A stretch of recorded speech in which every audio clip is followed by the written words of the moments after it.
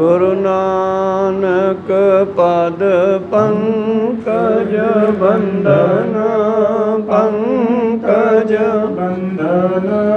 ਸਿਮਰੋ ਅੰਗਦ ਦੁਖ ਨਿਕੰਦਨ, ਗੁਰੂ ਅਮਰਦਾਸ ਹਿਰਦੈ ਨਿਤ ਧਿਆਉ, ਹਿਰਦੈ ਨਿਤ ਧਿਆਉ। ਸ਼੍ਰੀ ਗੁਰੂ ਰਾਮਦਾਸ ਗੁਣ ਗਾਉ, ਗੁਰੂ ਅਰਜਨ ਬਿਘਨਨ ਕੇ ਨਾਸ, ਬਿਘਨਨ ਕੇ ਨਾਸ।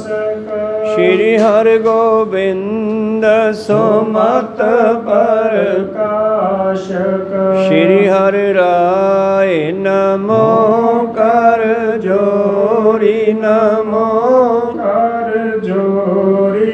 ਸ਼੍ਰੀ ਹਰਿ ਕ੍ਰਿਸ਼ਨ ਮਨਾਉ ਬਹੋਰੀ, ਗੁਰੂ ਤੇਗ ਬਹਾਦਰ ਪਰਮ ਕਿਰਪਾਲਾ, ਪਰਮ ਕਿਰਪਾਲਾ। ਸ਼੍ਰੀ ਗੁਰੂ ਗੋਬਿੰਦ ਸਿੰਘ ਵਿਸਾਲਾ, ਤਰੋ ਤਰਾ ਪਰ ਪੁਨ ਪੁਨ ਸੀਸਾ, ਪੁਨ ਪੁਨ ਸੀਸਾ। ਬੰਦੋਂ ਬਾਰ ਬਾਰ ਜਗਦੀਸ਼, ਏਕ ਓੰਕਾਰ ਸਤਿਗੁਰੂ ਤੇ ਪ੍ਰਸਾਦ ਸਚ ਹੋਏ। ਵਾਹਿਗੁਰੂ ਜੀ ਕੀ ਫਤਿਹ ਹੈ। ਵਿਘਨ ਵਿਨਾਸ਼ਨ ਸੋਏ, ਵਾਹਿਗੁਰੂ ਜੀ ਕੀ ਫਤਿਹ ਹੈ। ਵਿਘਨ ਵਿਨਾਸ਼ਨ ਸੋਏ। ਦੋਹਰਾ ਸਭ ਕੋ ਰਚਨਹਾਰ ਕਮਲਾਸਨ, ਕਾਲ ਪੁਰਖ ਭਖ ਕਰੈ ਬਿਨਾਸਨ। ਤੈਨਹੀ ਵਿਸ਼ਨ ਸੰਭ ਵਡ ਤੂ, ਪੂਜੇ ਆਉਦ ਥਿਰ ਰਹਿ ਨ ਕੋ। ਵਾਹਿਗੁਰੂ ਜੀ ਕਾ ਖਾਲਸਾ, ਵਾਹਿਗੁਰੂ ਜੀ ਕੀ ਫਤਿਹ। ਆਓ ਗੁਰੂ ਪਿਆਰੇ, ਗੁਰੂ ਸਵਾਰੇ, ਸਤਸੰਗੀ ਜਣੋ, ਰੋਜ਼ਾਨਾ ਦੀ ਤਰ੍ਹਾਂ ਪਾਤਸ਼ਾਹ ਜੀ ਕੀ ਅਪਾਰ ਕਿਰਪਾ ਬਖਸ਼ਿਸ਼ ਦਾ ਸਦਕਾ ਪਿਛਲੇ ਪਹਿਰਾਂ ਦੇ ਦੀਵਾਨ ਸਜਾਉਂਦੇ ਹੋਏ ਆਪਾਂ ਗੁਰੂ ਚਰਨਾਂ ਵਿਖੇ ਹਾਜ਼ਰੀਆਂ ਲਵਾ ਰਹੇ ਹਾਂ। ਆਓ ਲੜੀਵਾਰ ਇਤਿਹਾਸ ਦੀ ਕਥਾ ਵਿਚਾਰ ਨਾਲ ਜੁੜਨਾ ਕਰੀਏ ਜੀ। ਜਿਸ ਵੇਲੇ ਨੰਦੇੜ ਸਾਹਿਬ ਹਜ਼ੂਰ ਸਾਹਿਬ ਵਿਖੇ ਸਿੱਖ ਸੰਗਤਾਂ ਨੂੰ, ਸਿੰਘਾਂ ਨੂੰ ਪਤਾ ਲੱਗਿਆ ਕਿ ਗੁਰੂ ਸਾਹਿਬ ਸਾਨੂੰ ਹੁਣ ਵਿਛੋੜਾ ਦੇ ਜਾਣਗੇ, ਅਲੋਪ ਹੋ ਜਾਣਗੇ, ਸਾਡੀਆਂ ਇਹਨਾਂ ਅੱਖਾਂ ਦੇ ਨਾਲ ਦਰਸ਼ਨ ਨਹੀਂ ਹੋਣਗੇ, ਤਾਂ ਸਿੰਘਾਂ ਨੇ ਬਰਾਗ ਕਰਨਾ ਕੀਤਾ ਔਰ ਆਉਣ ਵਾਲੇ ਸਮੇਂ ਬਾਰੇ ਵੀ ਪੁੱਛਣਾ ਕੀਤਾ। ਅਤੇ ਸਤਿਗੁਰਾਂ ਨੇ ਧੀਰਜ ਦਿੰਦੇ ਹੋਏ ਕਿਹਾ ਕਿ ਸਰੀਰ ਤਾਂ ਕੋਈ ਵੀ ਰਹਿਣ ਵਾਲਾ ਨਹੀਂ, ਜਿਤਨੇ ਵੀ ਸਰੀਰ ਬਣੇ ਹੈ ਸਾਰੇ ਖਤਮ ਹੋਣ ਵਾਲੇ ਆ। ਹੋਰ ਤਾਂ ਹੋਰ ਇਹਨਾਂ ਸਰੀਰਾਂ ਨੂੰ ਬਣਾਉਣ ਵਾਲਾ ਬ੍ਰਹਮਾ ਵੀ ਮਰ ਜਾਂਦਾ। ਉਮਰ ਥੋੜ੍ਹੀ ਵੱਧ ਘੱਟ ਹੋ ਸਕਦੀ ਹੈ। ਦੇਖੋ ਸੰਸਾਰ ਦੇ ਵਿੱਚ ਆਪਣੀ ਮਨੁੱਖਾਂ ਦੀ ਉਮਰ ਕੋਈ 1 ਦਿਨ ਦਾ, ਕੋਈ 10 ਦਿਨਾਂ ਦਾ, ਕੋਈ 10 ਸਾਲ ਦਾ, ਕੋਈ 20 ਸਾਲ ਦਾ, ਕੋਈ 100 ਸਾਲ ਦਾ ਹੋ ਕੇ ਮਰ ਜਾਂਦਾ। ਇਸੇ ਤਰ੍ਹਾਂ ਬ੍ਰਹਮਾ, ਵਿਸ਼ਨੂੰ, ਮਹੇਸ਼, ਇਹ ਜਿਹੜੇ ਦੇਵਤੇ ਮੰਨੇ ਗਏ ਆ, ਇਹਨਾਂ ਦੀ ਵੀ ਉਮਰ ਹੈ। ਇਹਨਾਂ ਦੀ ਉਮਰ ਖਤਮ ਹੋ ਜਾਂਦੀ ਆ ਜਦੋਂ ਇਹ ਵੀ ਮਰ ਜਾਂਦੇ ਆ, ਫਿਰ ਨਵੇਂ ਪੈਦਾ ਹੋ ਜਾਂਦੇ ਆ। ਤਾਂ ਮੇਰੇ ਪ੍ਰੀਤਮ ਜੀ ਬਾਣੀ ਵਿੱਚ ਬਖਸ਼ਿਸ਼ ਕਰਦੇ ਹਨ, ਕਾਲ ਪੁਰਖ ਕੀ ਦੇਹ ਮੋ ਕੋਟਿਕ ਵਿਸ਼ਨ ਮਹੇਸ਼, ਕੋਟ ਇੰਦਰ ਬ੍ਰਹਮਾ ਕਿਤੇ ਰਵ ਸਸ ਕਰੋੜ ਜਲੇਸ। ਅਤੇ ਕਰੋੜਾਂ ਹੀ ਇਹੋ ਜਿਹੇ ਬ੍ਰਹਮਾ ਵਿਸ਼ਨੂੰ ਮਹੇਸ਼ ਵਰਗੇ ਪਰਮੇਸ਼ਰ ਦੇ ਵਿੱਚ ਸਮਾਏ ਹੋਏ ਆ। ਤੋ ਕੱਲ੍ਹ ਸਤਿਗੁਰੂ ਦੱਸ ਰਹੇ ਸੀ, ਕਹਿੰਦੇ ਦੁਨੀਆ ਦੀ ਗੱਲ ਤਾਂ ਛੱਡੋ, ਬ੍ਰਹਮਾ ਖੁਦ ਵੀ ਖਤਮ ਹੋ ਜਾਂਦਾ। ਇਸ ਕਰਕੇ ਸਿੱਖੋ, ਸਰੀਰ ਦੇ ਨਾਲ ਮੋਹ ਨਹੀਂ ਪਾਉਣਾ, ਸਰੀਰਾਂ ਨਾਲ ਨਹੀਂ ਅਸੀਂ ਜੁੜਨਾ, ਸ਼ਬਦ ਨਾਲ ਜੁੜਨਾ ਹੈ। ਜੋ ਗੁਰ ਕਹਿਆ ਸਾਕਾਰ ਕਮਾਵੋ, ਗੁਰ ਕੀ ਕਰਨੀ ਕਾਹੇ ਧਾਵੋ। ਜੋ ਗੁਰੂ ਨੇ ਕਿਹਾ ਉਹ ਬਚਨ ਕਮਾਓ, ਗੁਰੂ ਨੇ ਜੋ ਕੀਤਾ ਉਹਦੀਆਂ ਰੀਸਾਂ ਕਰਨ ਦੀ ਲੋੜ ਨਹੀਂ ਹੈ। ਕਹੋ ਸਤਿਨਾਮ ਸ੍ਰੀ ਵਾਹਿਗੁਰੂ। ਸੋ ਆਓ ਇਸ ਕਥਾ ਨੂੰ ਅੱਗੇ ਆਰੰਭ ਕਰਦੇ ਹਾਂ। ਉਸ ਤੋਂ ਪਹਿਲਾਂ ਆਪਣੀਆਂ ਅਤੇ ਦਾਸ ਦੀਆਂ ਗੁਰੂ ਚਰਨਾਂ ਵਿੱਚ ਲਵਾਓ ਹਾਜ਼ਰੀਆਂ। ਗੁਰੂ ਕਾ ਬਖਸ਼ਿਆ ਫਤਿਹ ਦਾ ਨਾਅਰਾ ਕਰੋ ਬੁਲੰਦ ਗੱਜ ਕੇ, ਆਖੋ ਜੀ ਵਾਹਿਗੁਰੂ ਜੀ ਕਾ ਖਾਲਸਾ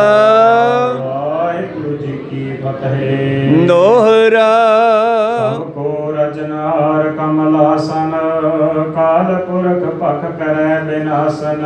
ਕਹਿੰਦੇ ਇਸ ਕਾਲ ਨੇ ਤਾਂ ਬ੍ਰਹਮਾ ਨੂੰ ਵੀ ਖਾ ਜਾਣਾ ਹੈ, ਖਾ ਜਾਂਦਾ ਹੈ। ਜਿਹੜਾ ਬ੍ਰਹਮਾ ਦੁਨੀਆ ਨੂੰ ਬਣਾਉਣ ਵਾਲਾ ਹੈ।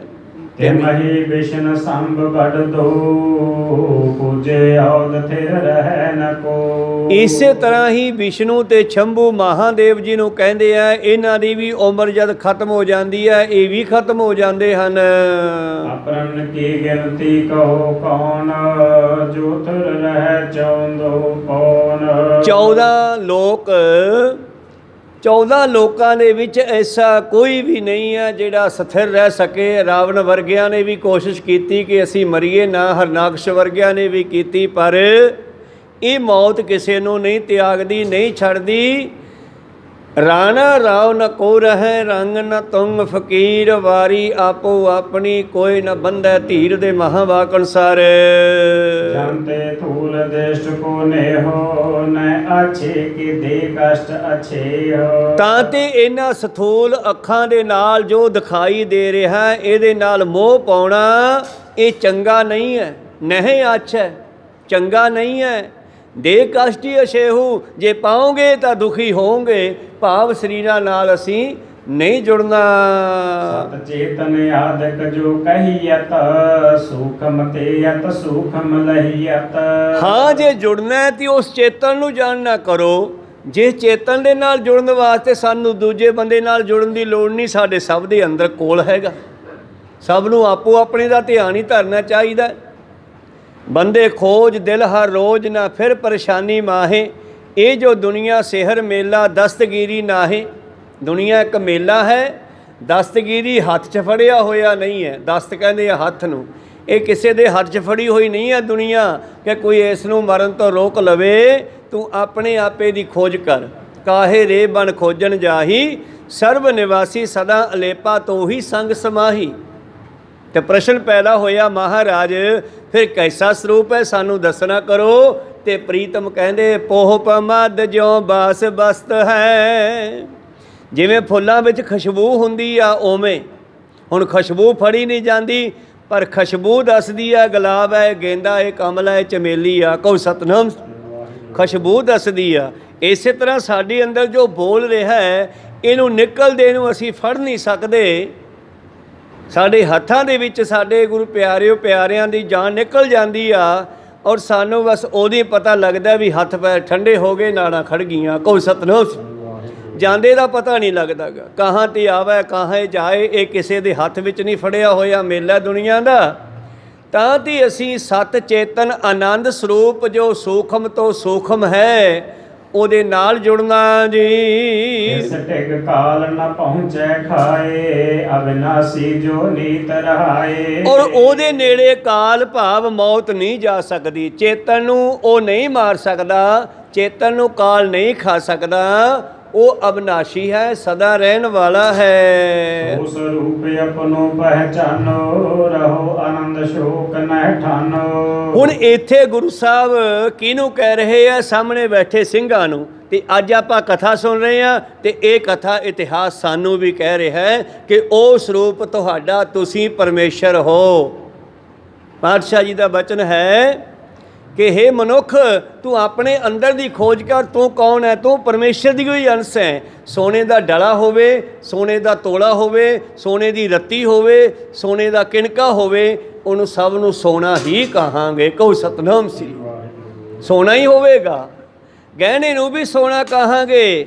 ਗਹਿਣਾ ਭੰਨ ਦਿਓ, ਟੋਟੇ ਕਰ ਦਿਓ, ਡਲੀ ਬਣਾ ਦਿਓ ਢਾਲ ਕੇ, ਗਹਿਣਾ ਨਹੀਂ ਦਿਖਾਈ ਦੇਵੇਗਾ, ਪਰ ਸੋਨਾ ਫਿਰ ਵੀ ਰਹੇਗਾ। ਕਹੋ ਸਤਨਾਮ ਸ੍ਰੀ। ਸੋਨਾ ਫਿਰ ਵੀ ਰਹੇਗਾ ਸੁਨਿਆਰੇ ਦੇ ਕੋਲ ਡਲੀ ਦੇ ਰੂਪ 'ਚ। ਗਹਿਣੇ ਦਾ ਸਰੂਪ ਖਤਮ ਹੋ ਸਕਦਾ, ਐਵੇਂ ਸਰੀਰ ਗਹਿਣੇ ਹਨ, ਇਹਨਾਂ ਦਾ ਸਰੂਪ ਖਤਮ ਹੋ ਸਕਦਾ ਹੈ, ਪਰ ਇਹਨਾਂ ਵਿੱਚ ਜਿਹੜਾ ਇਹਨੂੰ ਜਿਸ ਕਰਕੇ ਅਸੀਂ ਬੰਦੇ ਹਾਂ, ਜਿਸ ਕਰਕੇ ਅਸੀਂ ਮਨੁੱਖ ਹਾਂ, ਉਹ ਕਦੇ ਵੀ ਖਤਮ ਨਹੀਂ ਹੋ ਸਕਦਾ ਗਾ। ਇਸੇ ਕਰਕੇ ਸੰਸਕਾਰ ਕਰਨ ਤੋਂ ਪਹਿਲਾਂ ਅਸੀਂ ਨਵਜਾਂ ਦੇਖਦੇ ਹਾਂ। ਜਿੰਨਾ ਚਿਰ ਉਹ ਚੇਤਨ ਵਿੱਚੋਂ ਨਿਕਲ ਨਹੀਂ ਜਾਂਦਾ, ਅਸੀਂ ਉਸ ਦਾ ਸੰਸਕਾਰ ਕਰਨਾ, ਦਫਨਾਉਣਾ ਆਦਿ ਬਿਲਕੁਲ ਨਹੀਂ ਕਰਦੇ, ਭਾਵੇਂ ਉਹ 50 ਸਾਲ ਮੰਜੇ 'ਚ ਪਿਆ ਰਵੇ। ਕਹੋ ਸਤਨਾਮ ਸ੍ਰੀ। ਪ੍ਰੀਤਮ ਜੀ ਕਹਿੰਦੇ, ਸੋ ਸਰੂਪ ਆਪਣੋ ਪਹਿਚਾਨੋ, ਸਾਨੂੰ ਹੁਕਮ ਕਰ ਰਹੇ ਹੈ ਕਿ ਤੂੰ ਆਪਣੇ ਉਸ ਸਰੂਪ ਨੂੰ ਜਾਣਨਾ ਕਰ। ਇਹੀ ਗੁੱਝਾ ਭੇਦ ਹੈ ਗੁਰਬਾਣੀ ਦੇ ਵਿੱਚ, ਜਿਹਨੂੰ ਅਸੀਂ ਸਮਝਣਾ ਸੀਗਾ। ਅਸੀਂ ਬਹੁਤ ਪਾਠ ਕਰ ਲਏ, ਬਹੁਤ ਵਾਰੀ ਪੜ੍ਹ ਲਿਆ, ਪਰ ਇਹਦੇ ਵਿੱਚੋਂ ਤੱਤ ਨਹੀਂ ਕੱਢਿਆ।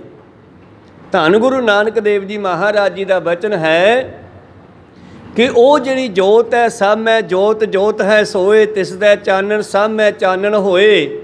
ਪਰ ਉਹਨੂੰ ਜਾਣਨ ਵਾਸਤੇ ਲੋੜ ਹੈ ਗੁਰੂ ਦੀ। ਗੁਰ ਸਾਖੀ ਜੋਤ ਪ੍ਰਗਟ ਹੋਏ। ਤਾਂ ਹੁਣ ਗੁਰੂ ਕਿਵੇਂ ਦੱਸੇਗਾ? ਗੁਰੂ ਸਾਖੀ ਬਣ ਕੇ ਸਾਹਮਣੇ ਕੋ ਬੈਠ ਕੇ, ਜਦੋਂ ਅਸੀਂ ਗੁਰੂ ਗ੍ਰੰਥ ਸਾਹਿਬ ਜੀ ਦੀ ਬਾਣੀ ਦੇ ਕੋਲ ਬੈਠ ਕੇ ਜਦੋਂ ਇਸ ਬਾਣੀ ਨੂੰ ਵਿਚਾਰਾਂਗੇ, ਤਾਂ ਪਾਤਸ਼ਾਹ ਜੀ ਇੱਕ ਹੋਰ ਬਚਨ ਕਹਿੰਦੇ, ਆਪੇ ਕੰਡਾ ਤੋਲ ਤਰਾਜੀ, ਆਪੇ ਤੋਲਣ ਹਾਰਾ। ਆਪੇ ਕੰਡਾ, ਹੁਣ ਬਾਣੀਆਂ ਦੇ ਇੱਕ ਉਦਾਹਰਨ ਇੱਥੇ ਪੇਸ਼ ਕੀਤੀ ਆ ਕਿ ਬਾਣੀਆਂ ਹੈ, ਬਾਣੀਏ ਸਾਹਮਣੇ ਤੱਕੜੀ ਪਈ ਆ, ਔਰ ਤੱਕੜੀ ਨੂੰ ਉਹ ਲੈ ਕਰਕੇ ਸੌਦਾ ਤੋਲ ਰਿਹਾ ਜਿਵੇਂ, ਤੋ ਸਾਰਾ ਕੁਝ ਬਾਣੀਆਂ ਹੀ ਕਰ ਰਿਹਾ ਹੈ। ਉਹ ਸੂਈ ਦੇ ਕੰਡੇ ਨੂੰ, ਤੱਕੜੀ ਦੇ ਕੰਡੇ ਨੂੰ ਵੇਖਦਾ, ਵਿਚਾਲੇ ਜਿਹੜੀ ਸੂਈ ਹੁੰਦੀ ਆ ਉਹਨੂੰ ਵੇਖਦਾ ਹੈ, ਸੌਦਾ ਵੱਧ ਘੱਟ ਵੀ ਆਪ ਹੀ ਪਾਉਂਦਾ ਹੈ। ਤੋ ਪਾਤਸ਼ਾਹ ਇਸੇ ਤਰ੍ਹਾਂ ਹੀ ਪਰਮੇਸ਼ਰ ਨੂੰ ਕਹਿ ਰਹੇ ਹਨ ਕਿ ਤੂੰ ਆਪ ਹੀ ਇਹਦੇ ਵਿੱਚ ਬੈਠਾ ਸਭ ਕਰ ਰਿਹਾ ਹੈ। ਆਪੇ ਕੰਡਾ ਤੋਲ ਤਰਾਜੀ, ਆਪੇ ਤੋਲਣ ਹਾਰਾ, ਆਪੇ ਵੇਖੈ ਆਪੇ ਬੁਝੈ, ਆਪੇ ਹੈ ਬਣਜਾਰਾ। ਅੰਧਲਾ ਨੀਚ ਜਾਤ ਪਰਦੇਸੀ, ਪਰ ਬੰਦਾ ਮੂਰਖ ਬਾਹਰੋਂ ਲੱਭਣ ਜਾਂਦਾ, ਉਸ ਨੂੰ ਸ਼ਾਇਦ ਕਿਤੇ ਜੰਗਲਾਂ ਵਿੱਚ ਬੈਠਾ ਹੋਵੇਗਾ। ਕਹੋ ਸਤਿਨਾਮ।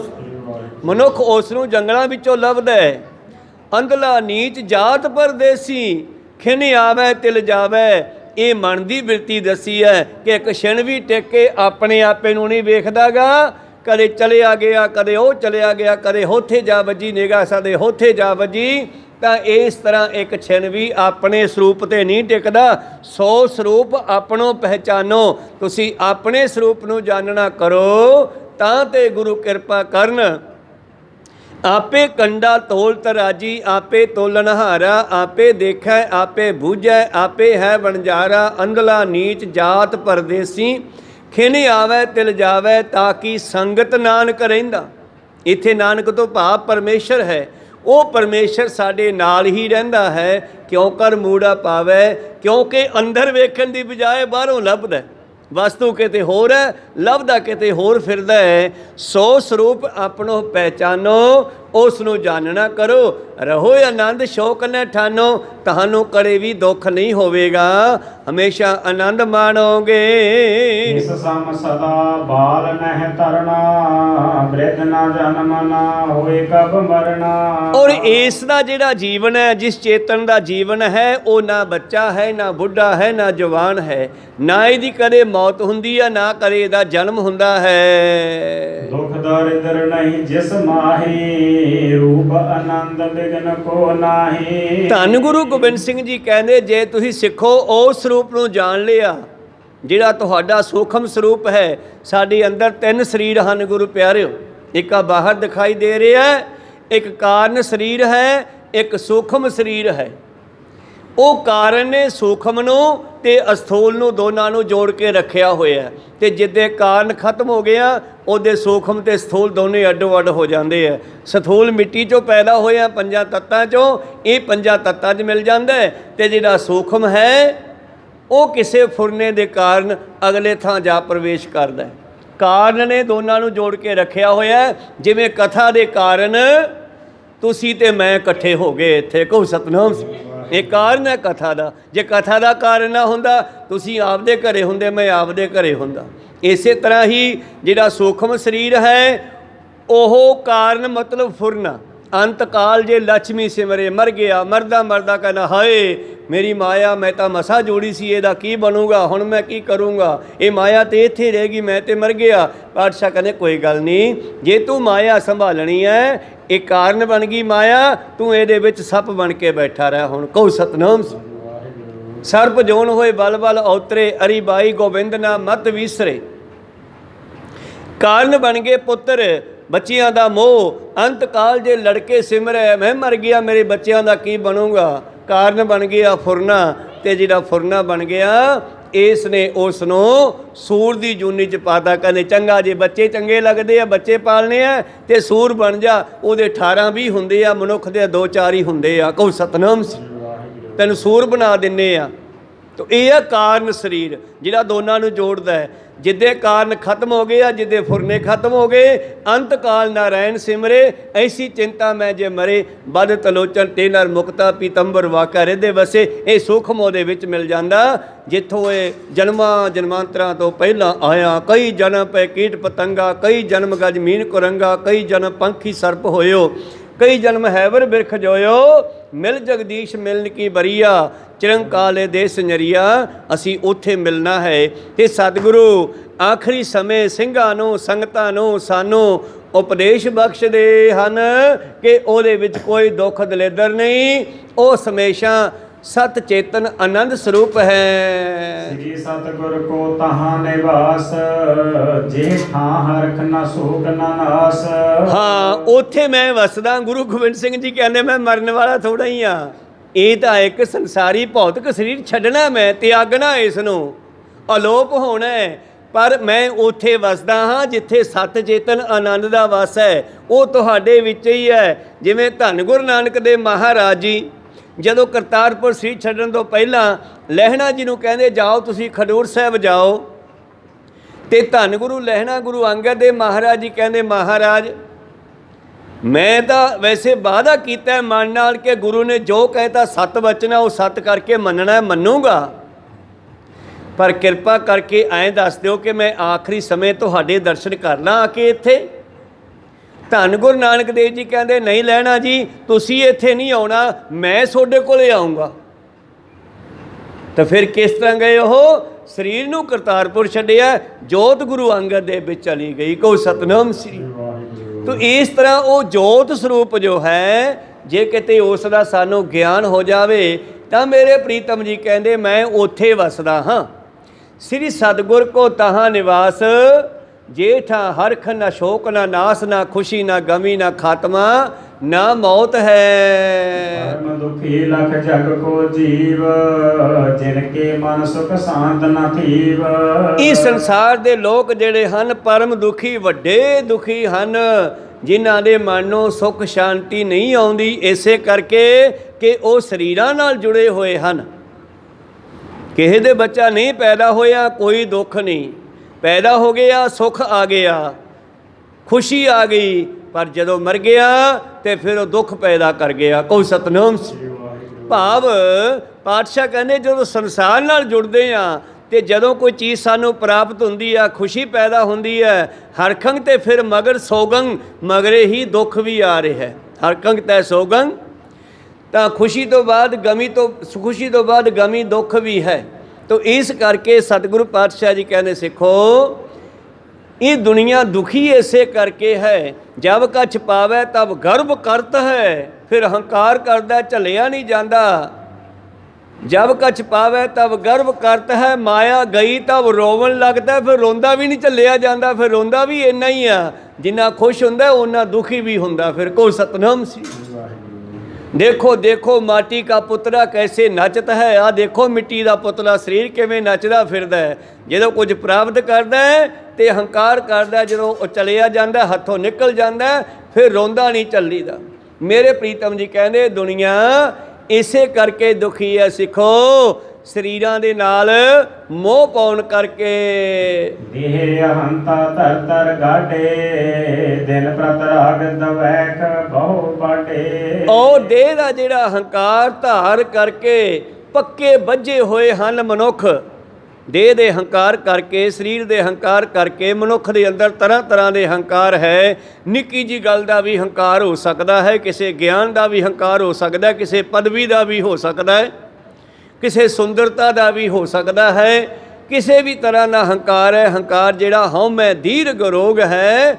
ਦਾਰੂ ਪੀ ਸਮਾਹੇ, ਕਿਰਪਾ ਕਰੇ ਜੇ ਆਪਣੀ ਤਾਂ ਗੁਰ ਕਾ ਸ਼ਬਦ ਕਮਾਹੇ। ਹੁਣ ਇੱਥੇ ਆਪਣੀ ਤੋਂ ਭਾਵ ਗੁਰੂ ਕਿਰਪਾ ਵੀ ਕਰੂਗਾ ਤੇ ਤੂੰ ਖੁਦ ਵੀ ਆਪ ਦੇ ਉੱਤੇ ਆਪ ਕਿਰਪਾ ਕਰ। ਜੇ ਤੂੰ ਬੈਠੇਂਗਾ ਸਿਮਰਨ ਵਿੱਚ ਫੇਰ ਹੀ ਗੁਰੂ ਦੀ ਕਿਰਪਾ ਵਰਸਣੀ ਆ। ਕਹੋ ਸਤਨਾਮ। ਜਿਹੋ ਜਿਹਾ ਸਾਡਾ ਭਾਂਡਾ ਹੋਵੇਗਾ ਉਹੋ ਜੀ ਵਸਤੂ ਪੈ ਜਾਵੇਗੀ। ਸਾਰੀ ਰਾਤ ਬਾਰਿਸ਼ ਪੈਂਦੀ ਰਵੇ, ਸਾਰਾ ਦਿਨ ਪੈਂਦੀ ਰਵੇ, ਜੇ ਭਾਂਡਾ ਹੀ ਮੁੱਧਾ ਵੱਜਿਆ ਤੇ ਫਿਰ ਉਹ ਤਾਂ ਗਿੱਲਾ ਵੀ ਨਹੀਂ ਹੋਣਾ। ਕਹੋ ਸਤਿਨਾਮ। ਭਾਂਡਾ ਸਿੱਧਾ ਕਰੋ ਗੁਰੂ ਵੱਲ, ਉਹ ਭਰ ਵੀ ਜਾਣਾ ਹੈ। ਗੁਰੂ ਕਿਰਪਾ ਕਰਨ। ਕਹਿੰਦੇ ਪਰ ਮਨੁੱਖ ਦਿਨ ਰਾਤ ਹੰਕਾਰ ਕਰਕੇ ਰਾਗ ਦਵੈਖ, ਰਾਗ ਹੁੰਦੇ ਆ ਕਿਸੇ ਨਾਲ ਮੋਹ ਤੇ ਕਿਸੇ ਨਾਲ ਈਰਖਾ, ਦਵੈਖ ਹੁੰਦੀ ਆ ਈਰਖਾ, ਈਰਖਾ ਤੇ ਮੋਹ ਕਰਕੇ ਦੁਨੀਆ ਦੁਖੀ ਹੈ। ਪੰਜ ਕਲੇਸ਼ਨ ਬਸੇ ਹਮੇਸ, ਭਰਮਤ ਮਾਇਆ ਲੱਗੇ ਹਮੇਸ। ਇਹਨਾਂ 5 ਤਰ੍ਹਾਂ ਦੇ ਕਲੇਸ਼, ਕਾਮ ਕ੍ਰੋਧ ਲੋਭ ਮੋਹ ਹੰਕਾਰ, ਇਹ 5 ਤਰ੍ਹਾਂ ਦੇ ਕਲੇਸ਼। ਹਾਥੀ ਆਜ਼ਾਦ ਸੀਗਾ ਔਰ ਫੜਨ ਵਾਲਿਆਂ ਨੇ ਇੱਕ ਜੰਗਲ ਦੇ ਵਿੱਚ ਟੋਹਾ ਪੱਟਿਆ, ਜਿੱਥੇ ਬਹੁਤੇ ਹਾਥੀ ਰਹਿੰਦੇ ਆ ਜੰਗਲਾਂ ਵਿੱਚ। ਟੋਹਾ ਪੱਟਿਆ, ਟੋਹਾ ਪੱਟ ਕੇ ਉਸ ਦੇ ਉੱਤੇ ਇੱਕ ਕੱਚੀ ਛੱਤ ਪਾਤੀ ਕਾਨਿਆਂ ਦੀ, ਤੇ ਕਾਗਜ਼ਾਂ ਦਾ ਇੱਕ ਹਥਨੀ ਦਾ ਆਕਾਰ ਬਣਾਇਆ, ਹਾਥੀ ਦਾ ਆਕਾਰ ਬਣਾਇਆ ਕਾਲੇ ਰੰਗ ਦੇ ਕਾਗਜ਼ਾਂ ਦਾ। ਉਸ ਨੂੰ ਉਸ ਢੱਗੀ ਦੇ ਉੱਤੇ ਰੱਖ ਦਿੱਤਾ, ਕੱਚੀ ਛੱਤ ਉੱਤੇ। ਤੇ ਦੂਰੋਂ ਅਗਿਆਨਤਾ ਵਸ ਜਿਹੜਾ ਹਾਥੀ ਹੈ ਉਸ ਪਾਸੇ ਵੱਲ ਆਉਂਦਾ ਹੈ।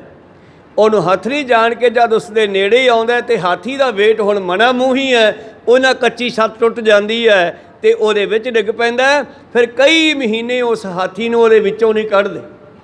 ਫਿਰ ਰਸਤਾ ਬਣਾ ਕੇ ਗੁਰੂ ਪਿਆਰੋ ਸਾਥੀ ਨੂੰ ਬਾਹਰ ਕੱਢਦੇ ਆ। ਉਹ ਕੁੰਡੇ ਦੇ ਹੇਠਾਂ ਆ ਗਿਆ। ਇਹ ਬਿਮਾਰੀ ਉਹਨੂੰ ਕਾਮ ਕਰਕੇ ਪੈ ਗਈ, ਨਹੀਂ ਤਾਂ ਕੋਈ ਉਹਨੂੰ ਕਾਬੂ ਕਰਨ ਵਾਲਾ ਨਹੀਂ ਸੀ। ਕਹੋ ਸਤਿਨਾਮ। ਇਸ ਤਰ੍ਹਾਂ ਹੀ 5 ਤਰ੍ਹਾਂ ਦੇ ਇਹ ਦੁੱਖ 5 ਤਰ੍ਹਾਂ ਦੇ ਜੀਵਾਂ ਨੂੰ ਲੱਗੇ ਹੋਏ ਹੈ। ਮੱਛੀ ਨੂੰ ਚੱਟਣ ਦਾ ਦੁੱਖ ਹੈ, ਹਾਥੀ ਨੂੰ ਕਾਮ ਦਾ ਦੁੱਖ ਹੈ, ਭੌਰੇ ਨੂੰ ਅੱਖਾਂ ਦੇ ਨਾਲ ਵੇਖਣ ਦਾ ਦੁੱਖ ਹੈ। ਭੌਰਾ ਦੀਵਾ ਦੇਖਦਾ ਆਪਣਾ, ਪਤੰਗਾ ਦੀਵਾ ਦੇਖਦਾ, ਦੀਵੇ ਦੀ ਲਾਟ ਤੇ ਜਾਂਦਾ, ਉੱਥੇ ਹੀ ਮੱਚ ਜਾਂਦਾ। ਉਹਦੇ ਖਿਆਲ 'ਚ ਹੈ ਕਿ ਸ਼ਾਇਦ ਕੋਈ ਖਾਣ ਵਾਲੀ ਚੀਜ਼ ਆ ਚਮਕੀਲੀ, ਪਰ ਜਦੋਂ ਉਸ ਦੇ ਕੋਲ ਜਾਂਦਾ ਵੇਖ ਕੇ ਤੇ ਉੱਥੇ ਮੱਚ ਜਾਂਦਾ। ਇਸੇ ਤਰ੍ਹਾਂ ਹੀ ਜਿਹੜਾ ਭੌਰਾ ਹੈ ਉਹਨੂੰ ਫੁੱਲਾਂ ਦੀ ਖੁਸ਼ਬੂ ਦਾ, ਨਾਸਿਕਾ ਦਾ ਰੋਗ ਹੈ ਗੁਰੂ ਪਿਆਰਿਓ। ਉਹ ਜਿਉਂ ਤੜਕੇ ਤੋਂ ਲੱਗਦਾ ਆਥਣ ਤੱਕ ਫੁੱਲਾਂ ਨੂੰ ਸੁੰਘਦਾ ਰਹਿੰਦਾ। ਬਾਬਾ ਨਾਨਕ ਜੀ ਜਾ ਰਹੇ ਆ, ਕਿਸੇ ਬਗੀਚੀ ਦੇ ਨੇੜੇ ਬੈਠੇ ਆ ਸ਼ਾਇਦ, ਤੇ ਭਾਈ ਮਰਦਾਨਾ ਜੀ ਨੂੰ ਸੁਮਨ ਗਾ ਕਹਿੰਦੇ ਆ, ਭਵਰਾ ਫੂਲ ਭਵੰਤਿਆ ਦੁਖ ਅਤ ਭਾਰੀ ਰਾਮ। ਕਹਿੰਦਾ ਭੌਰਿਆ ਟਿਕ ਜਾ ਇੱਕ ਥਾਂ ਤੇ, ਨਹੀਂ ਤਾਂ ਤੂੰ ਮਰੇਗਾ, ਲੱਗਦਾ ਪੱਕੀ ਗੱਲ ਹੈ। ਤੇ ਗੁਰੂ ਪਿਆਰਿਓ ਸਾਰਾ ਦਿਨ ਇੱਕ ਭੌਰੇ ਦੇ ਉੱਤੇ ਖਿਆਲ ਰੱਖਿਆ ਪਾਤਸ਼ਾਹ ਨੇ। ਤੇ ਦੂਜੇ ਦਿਨ ਮਰਦਾਨੇ ਨੂੰ ਕਹਿੰਦੇ, ਮਰਦਾਨੇ ਉਹ ਕੱਲ੍ਹ ਵਾਲਾ ਭੌਰਾ ਕਿੱਥੇ ਹੈ? ਕਹਿੰਦੇ ਜੇ ਪਤਾ ਨਹੀਂ, ਕਹਿੰਦੇ ਆ ਫੁੱਲ ਖੋਲ। ਇੱਕ ਫੁੱਲ ਦਾ ਸੁਭਾਅ ਸ਼ਾਮ ਨੂੰ ਬੰਦ ਹੋ ਜਾਣਾ। ਤਾਂ ਗੁਰੂ ਪਿਆਰਿਓ ਉਹ ਭੌਰੇ ਦਾ ਖਿਆਲ ਸੀਗਾ ਬਈ ਦਿਨੇ ਤਾਂ ਖੁਸ਼ਬੂ ਲੈਂਦੇ ਰਹੇ, ਹੁਣ ਰਾਤ ਨੂੰ ਕੁਛ ਦਿਸਦਾ ਨਹੀਂ, ਕਿਸੇ ਇੱਕ ਫੁੱਲ 'ਚ ਬਹਿ ਜਾਂਦੇ ਆ, ਨਾਲੇ ਖੁਸ਼ਬੂ ਲਈ ਜਾਵਾਂਗੇ। ਤੇ ਰਾਤ ਨੂੰ ਉਹ ਫੁੱਲ ਬੰਦ ਹੋ ਗਿਆ ਤੇ ਭੌਰੇ ਦਾ ਸਾਹ ਘੁੱਟ ਗਿਆ, ਵਿੱਚੇ ਮਰ ਗਿਆ। ਇਹ ਬਚਨ ਬਾਣੀ 'ਚ ਲਿਖਿਆ। ਇਸੇ ਤਰ੍ਹਾਂ ਮਿਰਗ ਦਾ ਸੁਭਾਅ ਹੈ ਹਰੀ ਹਰੀ ਫਸਲ ਖਾਣਾ, ਤੇ ਜ਼ਿਮੀਂਦਾਰਾਂ ਨੇ ਉਹਦੇ ਵਿੱਚ ਕੜੱਕੇ ਲਾਏ ਆ ਤੇ ਉਹਦਾ ਪੈਰ ਉੱਥੇ ਫਸ ਜਾਂਦਾ। ਮੱਛੀ ਦਾ ਪੱਥਰ ਚੱਟਣ ਕਰਕੇ ਜਾਲ ਵਿੱਚ ਫਸ ਜਾਂਦੀ ਹੈ। ਏਕ ਦੋਖ ਵਿਨਾਸ਼, ਇਹ ਜਾਨਵਰ ਇੱਕ ਗਲਤੀ ਕਰਕੇ ਖਤਮ ਹੋ ਜਾਂਦੇ ਹੈ ਤੇ ਬੰਦੇ ਨੂੰ ਇਹ 5 ਗਲਤੀਆਂ। ਕਹੋ ਸਤਿਨਾਮ। ਬੰਦੇ ਨੂੰ ਇਹ 5 ਰੋਗ ਹੈ। ਅੱਖਾਂ ਦਾ ਵੀ ਰੋਗ ਹੈ, ਕੰਨਾਂ ਨਾਲ ਚੁਗਲੀ ਨਿੰਦਿਆ ਸੁਣਨ ਦਾ ਵੀ ਰੋਗ ਹੈ, ਜੀਭ ਨਾਲ ਸਵਾਦਾਂ ਦਾ ਵੀ ਰੋਗ ਹੈ। ਤੇ ਪਾਤਸ਼ਾਹ ਕਹਿੰਦੇ ਬਚੂ ਕਿਵੇਂ? 5 ਤਰ੍ਹਾਂ ਦੇ ਕਲੇਸ਼ਾਂ ਦੁੱਖਾਂ ਦੇ ਵਿੱਚ ਫਸਿਆ ਬੰਦਾ ਹਮੇਸ਼ਾ ਮਾਇਆ ਵਿੱਚ ਭਟਕਦਾ ਰਹਿੰਦਾ ਜੀ। ਬਾਦ ਵਿਰੋਧੀ ਪਚ ਪਚ ਮਰੈ, ਸੰਕਟ ਸਹਿ ਨਰਕ ਮਹ ਪਰੈ। ਔਰ ਬਾਦ ਵਿਰੋਧੀ ਝੂਠੇ ਝਗੜਿਆਂ ਕਰਕੇ ਮਨੁੱਖ ਜਿਹੜਾ ਹੈ ਪਚ ਪਚ ਕੇ ਜੰਮਦਾ ਮਰਦਾ ਤੇ ਦੁੱਖ ਭੋਗਦਾ ਹੈ। ਮਾੜੀ ਜੀ ਗੱਲ ਤੇ ਖੇਤ ਦੀ ਵਾਰੀ ਦੇ ਪਾਣੀ ਵੱਢਣ ਪਿੱਛੇ 2 ਮਿੰਟਾਂ ਪਿੱਛੇ 5 ਮਿੰਟਾਂ ਪਿੱਛੇ ਲੜਾਈ ਹੋ ਜਾਂਦੀ ਹੈ। ਵੱਟ ਮਾੜੀ ਜੀ ਗਿੱਠ ਇੱਧਰ ਹੋ ਗਈ ਉੱਧਰ ਹੋ ਗਈ, ਉਹ ਤੇ ਲੜਾਈ ਹੋ ਗਈ। ਤੈਸ਼ ਵਿੱਚ ਆ ਕੇ ਕਿਸੇ ਦੇ ਗੰਡਾਸਾ ਕਹੀ ਮਾਰਤੀ, ਮੁੜ ਕੇ ਸਾਰੀ ਉਮਰ ਜੇਲ੍ਹ ਵਿੱਚ ਬੈਠਾ ਰਹਿੰਦਾ। ਕਹੋ ਸਤਿਨਾਮ। ਭਾਵ ਇਹ ਹੈ ਬਾਦ ਵਿਰੋਧੀ। ਐਵੇਂ ਝਗੜਿਆਂ ਦੇ ਕਾਰਨ ਮਨੁੱਖ ਜਿਹੜਾ ਹੈ ਅਨੇਕਾਂ ਤਰ੍ਹਾਂ ਦੇ ਸੰਕਟ ਸਹਿੰਦਾ ਹੈ ਤੇ ਨਰਕਾਂ ਵਿੱਚ ਪੈਂਦਾ ਹੈ ਜੀ। ਇਹ ਜੀਵਨ ਕੇ ਹਿਤ ਕੋ ਕਰਵੇ, ਸਤਿਗੁਰ ਕਰੈ ਦੇਹ ਜਗ ਧਰਵੇ। ਔਰ ਉਹਨਾਂ ਜੀਵਾਂ ਦੇ ਵਾਸਤੇ ਜਿਹੜੇ ਜੀਵ ਗੁਰੂ ਨੂੰ ਦਿਸੇ ਦਿਖਾਈ ਦੁਖੀ ਦਿਸੇ, ਇਹਨਾਂ ਦੇ ਵਾਸਤੇ ਪਾਤਸ਼ਾਹ ਕਹਿੰਦੇ ਗੁਰੂ ਆਉਂਦਾ ਹੈ। ਹੁਣ ਗੁਰੂ ਸਾਹਿਬ ਦਾ ਅਲੋਪ ਹੋਣ ਦਾ ਸਮਾਂ ਆ ਗਿਆ। ਸਿੰਘ ਕਹਿੰਦੇ ਨਾ ਜਾਓ, ਪਾਤਸ਼ਾਹ ਕਹਿੰਦੇ ਨਹੀਂ, ਗੁਰੂ ਇਸੇ ਤਰ੍ਹਾਂ ਆਉਂਦਾ ਹੈ। ਬਾਬਾ ਦੇਖੈ ਧਿਆਨ ਧਰ, ਜਲਤੀ ਸਾ ਪ੍ਰਿਥਵੀ ਦਿਸ ਆਈ, ਚੱਲਿਆ ਸੋਧਣ ਧਰਤ ਲੁਕਾਈ। ਬਾਬੇ ਤਾਰੇ ਚਾਰ ਚੱਕ, ਜਿੱਥੋਂ ਤੱਕ ਪ੍ਰਿਥਵੀ ਦਿਸ ਆਈ। ਚਾਰੇ ਚੱਕ, ਚਾਰ ਉਦਾਸੀਆਂ ਲਾ ਕੇ ਚਾਰੇ ਪਾਸੇ ਗਏ, ਦੁਨੀਆ ਦੇ ਦੁੱਖਾਂ ਨੂੰ ਝੱਲ ਨਾ ਸਕੇ, ਆਪਣੇ ਪਰਿਵਾਰ ਨੂੰ ਛੱਡ ਕਰਕੇ ਆਪ ਜੀ ਗੁਰੂ ਪਿਆਰਿਓ ਸੰਸਾਰ ਦੇ ਵਿੱਚ ਭਰਮਣ ਕਰਕੇ ਜੀਵਾਂ ਦਾ ਮਾਰਗ ਦਰਸ਼ਨ ਕਰਨ ਵਾਸਤੇ ਗਏ। ਗੁਰੂ ਇਸੇ ਤਰ੍ਹਾਂ ਹੀ ਆਉਂਦਾ ਹੈ, ਜਿਵੇਂ ਪਾਣੀ ਦਾ ਸੁਭਾਅ ਹੈ, ਦਰਿਆਵਾਂ ਦੇ ਵਿੱਚੋਂ ਪਾਣੀ ਭਾਵ ਬਣ ਕੇ ਉੱਡਦਾ। ਜੇਠ ਹਾੜ ਦੀਆਂ ਗਰਮੀਆਂ ਨਾਲ ਪਾਣੀ ਸੁੱਕਦੇ ਆ ਨਾ, ਇਹ ਉੱਪਰ ਚਲੇ ਜਾਂਦੇ ਆ, ਉੱਪਰ ਜਾ ਕੇ ਠੰਡਾ ਹੋ ਜਾਂਦਾ ਹੈ, ਠੰਡਾ ਹੋ ਕੇ ਬਾਰਿਸ਼ ਬਣ ਜਾਂਦਾ ਹੈ, ਅਤੇ ਬਾਰਿਸ਼ ਬਣ ਕੇ ਫਿਰ ਟਿੱਬਿਆਂ ਦੇ ਉੱਤੇ ਉੱਚੇ ਨੀਵੇਂ ਥਾਵਾਂ 'ਤੇ ਵਰ ਜਾਂਦਾ ਹੈ। ਧਰਤੀ ਨੂੰ ਸੁੱਖ ਦੇਣ ਲਈ ਪਾਣੀ ਦਾ ਜਿਵੇਂ ਚੱਕਰ ਹੈ, ਇਸੇ ਤਰ੍ਹਾਂ ਗੁਰੂ ਦਾ ਚੱਕਰ ਹੈ। ਕਹੋ ਸਤਿਨਾਮ ਸ੍ਰੀ। ਗੁਰੂ ਜੀਵਾਂ ਦੇ ਦੁੱਖਾਂ ਨੂੰ ਦੇਖ ਕਰਕੇ ਦੁਨੀਆ ਵਿੱਚ ਆਉਂਦਾ ਹੈ, ਸੰਸਾਰ ਦੇ ਵਿੱਚ ਸਰੀਰ ਧਾਰਨ ਕਰਦਾ ਹੈ ਜੀ। ਆਪਣੀ ਸ਼ਕਤ ਸਹਿਤ ਉਪਦੇਸੈ, ਔਰ ਤੇ ਹਰੈ ਵਿਕਾਰ ਬਸੇਸੈ। ਔਰ ਸਮੇਂ ਸਮੇਂ ਤੇ ਸੰਸਾਰ ਵਿੱਚ ਗੁਰੂ ਆਉਂਦੇ ਹਨ। ਗੁਰੂ ਦਾ ਮਤਲਬ ਹੈ, ਗੋ ਦਾ ਮਤਲਬ ਹੈ ਗੁੱਪ ਹਨੇਰਾ, ਤੇ ਰੂਹ ਦਾ ਮਤਲਬ ਹੈ ਰੋਸ਼ਨੀ। ਜਿਹੜਾ ਸੰਸਾਰ ਦੇ ਜੀਵਾਂ ਨੂੰ ਹਨੇਰੇ ਚੋਂ ਕੱਢ ਕੇ ਰੋਸ਼ਨੀ ਵੱਲ ਜਾਂਦਾ, ਉਹਨੂੰ ਗੁਰੂ ਕਹਿੰਦੇ ਆ। ਭਗਤਾਂ ਨੇ ਵੀ ਮਾਰਗਦਰਸ਼ਨ ਕੀਤਾ ਸਾਡਾ। ਭਗਤ ਰਵਿਦਾਸ, ਭਗਤ ਕਬੀਰ ਸਾਹਿਬ, ਭਗਤ ਨਾਮਦੇਵ ਜੀ, 15 ਭਗਤ ਜੋ ਗੁਰਬਾਣੀ ਵਿੱਚ ਵਿਰਾਜਮਾਨ ਹਨ, ਇਹਨਾਂ ਨੇ ਵੀ ਆਪਣੇ ਸਮੇਂ 'ਤੇ ਜਿੰਨੀ ਜਿੰਨੀ ਪਰਮੇਸ਼ਰ ਨੇ ਕਿਸੇ ਨੂੰ ਸ਼ਕਤੀ ਦਿੱਤੀ ਆ, ਉਹ ਸ਼ਕਤੀ ਲੈ ਕਰਕੇ ਦੁਨੀਆ ਵਿੱਚ ਆਉਂਦੇ ਆ ਅਤੇ ਦੁਨੀਆ ਦਾ ਮਾਰਗ ਦਰਸ਼ਨ ਕਰਦੇ ਆ। ਧੰਨ ਗੁਰੂ ਗੋਬਿੰਦ ਸਿੰਘ ਜੀ ਮਹਾਰਾਜ ਕਹਿੰਦੇ, ਗੁਰੂ ਜਿਹੜਾ ਹੁੰਦਾ ਹੈ ਸੰਸਾਰ ਦੇ ਭਲੇ ਵਿੱਚ ਆਪਣੀ ਸ਼ਕਤੀ ਸਹਿਤ, ਆਪਣੀ ਜਿੰਨੀ ਕੁ ਪਾਵਰ ਪਰਮੇਸ਼ਰ ਨੇ ਉਹਨਾਂ ਨੂੰ ਦਿੱਤੀ, ਉਹ ਲੈ ਕਰਕੇ ਦੁਨੀਆ ਵਿੱਚ ਆਉਂਦੇ ਹੈ ਅਤੇ ਜੀਵਾਂ ਦੇ ਹਿਰਦੇ ਵਿੱਚੋਂ ਵਿਕਾਰਾਂ ਦਾ ਖਾਤਮਾ ਕਰਦੇ ਹਨ। ਭਲੇ ਪੰਥ ਕੋ ਚਲਣ ਬਤਾਵੈ, ਸੇ ਸਹਿ ਲਹਿ ਤਿਸ ਰੀਤ ਚਲਾਵੈ। ਔਰ ਦੁਨੀਆ ਦੇ ਵਿੱਚ ਆ ਕਰਕੇ ਲੋਕਾਂ ਨੂੰ ਚੰਗਾ ਰਸਤਾ ਦੱਸਦੇ ਹੈ। ਜਿਸ ਤਰ੍ਹਾਂ 10 ਗੁਰੂਆਂ ਨੇ ਜੋ ਮਾਰਗ ਚਲਾਇਆ, ਜਿਸ ਦੀਆਂ ਆਖਰੀ ਛੋਹਾਂ 10ਵੇਂ ਪ੍ਰੀਤਮ ਨੇ ਦਿੱਤੀਆਂ, ਜਿਸ ਦਾ ਨਾਮ ਖਾਲਸਾ ਪੰਥ ਰੱਖਿਆ, ਸਿੱਖ ਪੰਥ ਰੱਖਿਆ, ਗੁਰੂ ਪਿਆਰਿਓ ਸਤਿਗੁਰ ਨੇ ਐਸੀਆਂ ਗੁਰੂ ਪਿਆਰਿਓ ਲਕੀਰਾਂ ਬਣਾ ਦਿੱਤੀਆਂ, ਐਸਾ ਰਸਤਾ ਬਣਾ ਦਿੱਤਾ, ਜੇ ਕੋਈ ਇਸ ਦੇ ਰਸਤੇ 'ਤੇ ਚੱਲਦਾ ਰਹੇ ਤੇ ਸੁਖੀ ਵਸੇਗਾ।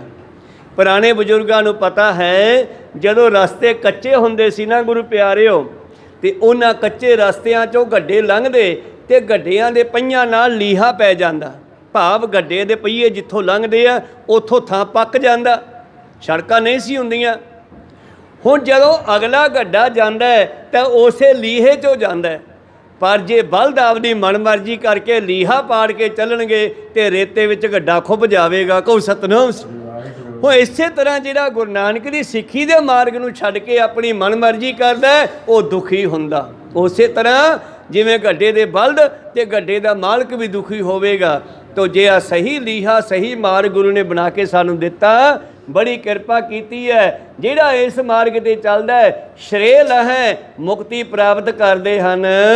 ਜਿਹੜੇ ਗੁਰੂ ਦੀ ਬਣਾਈ ਰੀਤ ਭਾਵ ਮਾਰਗ ਨੂੰ ਗ੍ਰਹਿਣ ਕਰਦੇ ਹਨ। ਕਸ਼ਟ ਨਰਕ ਤੇ ਲੇਤ ਬਚਾਏ, ਜਗੇ ਪਾਰ ਨਰ ਸੋ ਗੁਰ ਪਾਏ। ਔਰ ਜਿਹੜੇ ਗੁਰੂ ਦੇ ਰੱਸੇ ਮਾਰਗ 'ਤੇ ਚੱਲਦੇ ਹਨ, ਉਹਨਾਂ ਨੂੰ ਗੁਰੂ ਨਰਕਾਂ ਦੇ ਦੁੱਖਾਂ ਤੋਂ ਬਚਾ ਲੈਂਦਾ ਹੈ। ਜੱਗੇ ਭਾਗ, ਉਹਨਾਂ ਦੇ ਵੱਡੇ ਭਾਗ ਜਾਗ ਪੈਂਦੇ ਹਨ। ਨਰ ਸੋ ਗੁਰ ਪਾਏ, ਜਿਨ੍ਹਾਂ ਦੇ ਵੱਡੇ ਭਾਗ ਹੁੰਦੇ ਆ, ਉਹ ਗੁਰੂ ਵਾਲੇ ਬਣਦੇ ਹਨ। ਵੱਡੇ ਭਾਗਾਂ ਦੇ ਬਿਨਾਂ ਗੁਰੂ ਨਹੀਂ ਮਿਲਦਾ ਗਾ। ਭਾਵੇਂ ਕਿ ਅਸੀਂ ਪ੍ਰਚਾਰ ਬਹੁਤ ਕਰਦੇ ਹਾਂ, ਤੁਸੀਂ ਸੁਣਦੇ ਵੀ ਹੋ, ਪਰ ਕੀ ਤੁਸੀਂ ਪਹਿਲੀ ਵਾਰ, ਦੂਜੀ ਵਾਰ, ਤੀਜੀ ਵਾਰ ਸੁਣ ਕੇ ਅੰਮ੍ਰਿਤ ਛਕਣ ਦੀ ਤਿਆਰੀ ਕਰ ਲਈ? ਭਾਵ ਨਹੀਂ ਕੀਤੀ ਜਿਨ੍ਹਾਂ ਨੇ। ਇਹ ਵੀ ਭਾਗਾਂ ਦੀ ਨਿਸ਼ਾਨੀ ਹੈ ਗੁਰੂ ਪਿਆਰੋ। ਬਿਨ ਭਾਗਾ ਸਤਸੰਗ ਨ ਲੱਭੈ, ਬਿਨ ਸੰਗਤ ਮੈਲ ਭਰੀਜੈ ਜੀਓ। ਬੜ ਭਾਗੀ ਸਤਸੰਗਤ ਪਾਵੈ। ਇਹ ਵੀ ਤੁਹਾਡੇ ਕੋਈ ਭਾਗ ਆ ਕਿ ਸੰਗਤ ਵਿੱਚ ਆ ਕੇ ਬੈਠੇ। ਗੁਰੂ ਕਿਰਪਾ ਕਰਨਗੇ, ਹੌਲੀ ਹੌਲੀ ਤੁਸੀਂ ਇਸ ਰਸਤੇ 'ਤੇ ਚੱਲ ਵੀ ਪਾਓਗੇ। ਪਹਿਲਾਂ ਤਾਂ ਉਹ ਵੱਡੇ ਭਾਗ ਹੈ ਕਿ ਸਾਨੂੰ 84 ਲੱਖ ਜੂਨਾਂ 'ਚੋਂ ਮਾਨਸ ਜਾਮਾ ਮਿਲਿਆ, ਅਤੇ ਫਿਰ ਸਾਡੇ ਵੱਡੇ ਭਾਗ ਹਨ ਗੁਰੂ ਪਿਆਰਿਓ, ਅਸੀਂ ਗੁਰੂ ਨਾਨਕ ਦੇ ਸਿੱਖਾਂ ਦੇ ਘਰੇ ਪੈਦਾ ਹੋਏ। ਉਦੋਂ ਵੱਡੇ ਭਾਗ ਹੈ ਗੁਰੂ ਗ੍ਰੰਥ ਸਾਹਿਬ ਜੀ ਦੇ ਚਰਨਾਂ ਵਿੱਚ ਬੈਠਣ ਦਾ ਸਮਾਂ ਮਿਲਿਆ। ਇਹ ਵੱਡੇ ਭਾਗ ਹੈ ਕਿ ਸਾਨੂੰ ਗੁਰਬਾਣੀ ਦੀ ਥੋੜ੍ਹੀ ਸਮਝ ਆਉਣ ਲੱਗ ਪਈ। ਸਾਡਾ ਮਾਰਗ ਦਰਸ਼ਨ ਗੁਰਬਾਣੀ ਕਰਦੀ ਹੈ, ਸਾਨੂੰ ਇਹ ਪਤਾ ਲੱਗਿਆ। ਇਹ ਵੱਡੇ ਭਾਗਾਂ ਦੀਆਂ ਨਿਸ਼ਾਨੀ ਹੈ। ਪਾਤਸ਼ਾਹ ਕਹਿੰਦੇ, ਜਿਨ੍ਹਾਂ ਦੇ ਭਾਗ ਜਾਗਦੇ ਹਨ ਉਹ ਹੀ ਗੁਰੂ ਨੂੰ ਪ੍ਰਾਪਤ ਕਰਕੇ ਸੰਸਾਰ ਦੇ ਕਸ਼ਟ ਰੂਪੀ ਨਰਕਾਂ ਤੋਂ ਨਿਕਲ ਜਾਂਦੇ ਹਨ। ਇਹ ਉਪਦੇਸ਼ ਤਰਹਿ ਜਗ ਸਾਗਰ ਅਪਰ ਤਰਾਵੈ ਹੋਏ ਉਜਾਗਰ। ਔਰ ਗੁਰੂ ਦਾ ਉਪਦੇਸ਼ ਲੈ ਕੇ ਆਪ ਤਾਰਦੇ ਆ ਤੇ ਹੋਰਨਾਂ ਨੂੰ ਵੀ ਤਾਰਦੇ ਆ। ਜਿਸ ਤਰ੍ਹਾਂ ਭਾਈ ਮੰਝ ਨੂੰ ਬਖਸ਼ਿਸ਼ ਕੀਤੀ, ਪਹਿਲਾਂ ਭਾਈ ਮੰਝ ਦੀ ਪ੍ਰੀਖਿਆ ਬੜੀ ਲਈ ਤੇ ਅਖੀਰਲਾ ਜਿਹੜਾ ਉਹਨਾਂ ਦਾ ਪ੍ਰੀਖਿਆ ਪੇਪਰ ਸੀਗਾ, ਜਦੋਂ ਲੱਕੜਾਂ ਦੀ ਪੰਡ ਲਿਆਉਂਦੇ ਆਉਂਦੇ ਖੂਹ ਵਿੱਚ ਡਿੱਗ ਪਏ ਤੇ ਧੰਨ ਗੁਰੂ ਅਰਜਨ ਦੇਵ ਜੀ ਆਪਣੇ ਬਿਰਾਜਮਾਨ ਦੀਵਾਨ ਵਿੱਚ ਬੈਠੇ ਹੋਏ ਚੱਲ ਪਏ। ਸਿੱਖ ਕਹਿਣ ਲੱਗੇ ਮਹਾਰਾਜ ਕਿੱਧਰ? ਕਹਿੰਦੇ ਆ ਜਾਓ ਮਗਰੀ ਆ ਜਾਓ। ਬੜੀ ਤੇਜ਼ੀ ਨਾਲ ਪਾਤਸ਼ਾਹ ਜਾ ਕੇ ਖੂਹ ਦੇ ਕੋਲ ਰੁਕਦੇ ਆ। ਕਹਿੰਦੇ ਕੌਣ ਹੈ ਭਾਈ? ਕਹਿੰਦੇ ਜੀ ਮੰਝ। ਅੱਛਾ, ਸਿੱਖਾਂ ਨੇ ਰੱਸੇ ਲਿਆਂਦੇ, ਗੁਰੂ ਪਿਆਰੋ ਪਾਤਸ਼ਾਹ ਕਹਿੰਦੇ ਮੰਝ ਆ ਜਾ ਭਾਈ, ਬਾਹਰ ਆ ਜਾ। ਆ ਰੱਸਾ ਲਮਕਾਦਾ, ਪੰਡ ਸਿੱਟਦੇ ਲੱਕੜਾਂ ਦੀ। ਕਹਿੰਦੇ ਨਹੀਂ ਮਹਾਰਾਜ ਲੱਕੜਾਂ ਸੁੱਕੀਆਂ, ਹਜੇ ਲੰਗਰ ਦੇ ਕੰਮ ਦੀਆਂ, ਪਹਿਲਾਂ ਲੱਕੜਾਂ ਕੱਢ ਲਓ, ਮੈਂ ਫਿਰ ਕੱਢ ਲਓ। ਤੋ ਲੱਕੜਾਂ ਪਹਿਲਾਂ ਕੱਢੀਆਂ, ਫਿਰ ਭਾਈ ਮੰਝ ਨੂੰ ਬਾਹਰ ਕੱਢਿਆ। ਜਦੋਂ ਧਰਤੀ 'ਤੇ ਆ ਕੇ ਖੜਾ ਹੋਇਆ ਤੇ ਪਾਤਸ਼ਾਹ ਨੇ ਵੇਖਿਆ ਕਿ ਮੇਰਾ ਬੱਚਾ ਸਾਰੇ ਪੇਪਰਾਂ 'ਚੋਂ ਪਾਸ ਹੋ ਗਿਆ, ਅੱਜ ਮੈਂ ਇਹਨੂੰ ਨੰਬਰ ਦੇਵਾਂ। ਲੈ ਕੇ ਗਲਵੱਕੜੀ 'ਚ ਕਹਿੰਦੇ ਮੰਝ ਪਿਆਰਾ ਗੁਰੂ ਕੋ, ਗੁਰੂ ਮੰਝ ਪਿਆਰਾ, ਮੰਝ ਗੁਰੂ ਕਾ ਬੋਹਿਤਾ ਜਗ ਲੰਘਣਹਾਰਾ। ਹੁਣ ਤੱਕ ਕਹਿੰਦੇ ਤੂੰ ਵੀ ਮੇਰੇ ਸਿੱਖਾਂ ਨੂੰ ਪਾਰ ਲਾ ਸਕਦਾ, ਤੈਨੂੰ ਮੈਂ ਪਾਵਰ ਦਿੰਦਾ ਹਾਂ। ਤੋ ਇਸ ਤਰ੍ਹਾਂ ਜਿਨ੍ਹਾਂ ਦੇ ਵੱਡੇ ਭਾਗ ਹੁੰਦੇ ਆ, ਪਹਿਲਾਂ ਉਹ ਆਪ ਗੁਰੂ ਉਪਦੇਸ਼ ਲੈਂਦੇ ਆ, ਫਿਰ ਹੋਰਨਾਂ ਨੂੰ ਵੀ ਉਸ ਰਸਤੇ ਦੇ ਬਾਰੇ ਜਾਣਕਾਰੀ ਦਿੰਦੇ ਹੈ। ਲੈ ਉਪਦੇਸ਼ ਤਰੇ ਜਗ ਸਾਗਰ ਅਪਰ ਤਰਾਵੈ ਹੋਤ ਉਜਾਗਰ। ਉਹ ਦੁਨੀਆ ਵਿੱਚ ਪ੍ਰਗਟ ਹੋ ਜਾਂਦੇ ਐ। ਆਪ ਤਰੈ ਅਵਰੈ, ਆਪ ਜਪੈ ਅਵਰੈ ਨਾਮ ਜਪਾਵੈ। ਉਹ ਆਪ ਜਪਦੇ ਆ, ਹੋਰਨਾਂ ਨੂੰ ਵੀ ਜਪਾਉਂਦੇ ਹਨ। ਸੁਭ ਮਗ ਕੋ ਬਤਾਏ ਕਰ ਕਾਰਜ ਆਪਣਾ ਥਾਨ ਪਹੁੰਚੈ ਗੁਰ ਆਰਜ। ਤੇ ਇਹੀ ਕੰਮ ਸਾਡਾ ਸਿੰਘੋ, ਅਸੀਂ ਵੀ ਅਕਾਲ ਪੁਰਖ ਦੇ ਕੋਲੋਂ ਆਏ ਹਾਂ।